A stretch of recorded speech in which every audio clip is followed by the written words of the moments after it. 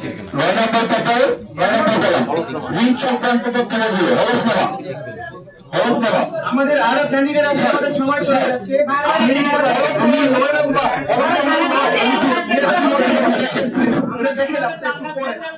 আমি আইন থেকে গ্যাসের কথা বলেন না।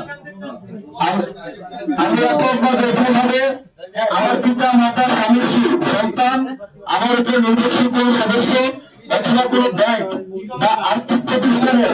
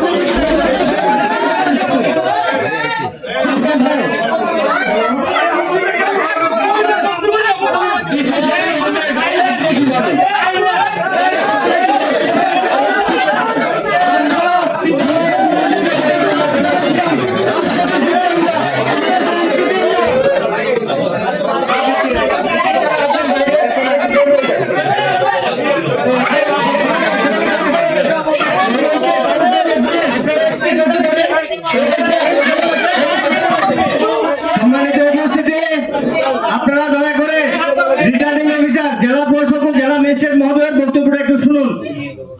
আমরা এখানে একটা দায়িত্বশীল কাজ করতে আসছি।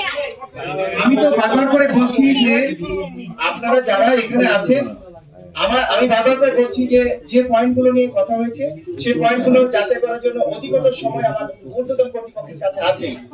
এখন যদি আপনারা এখানে এই জায়গায় থাকার কথা সমর্থনকারী এবং যিনি প্রস্তাবকারী এবং শুধু ক্যান্ডিডেট এবং তার অ্যাডভোকেট, এখানে কিন্তু আপনারা অনেক গুণের মানুষ আমরা এসেছি, হয়তো সমর্থন করি বলে আছি, কিন্তু এটা যদি আইন আপনারা নিজের হাতে নেওয়ার দরকার নেই। আমরা একটা আইনি কাঠামোর মধ্যে আছি।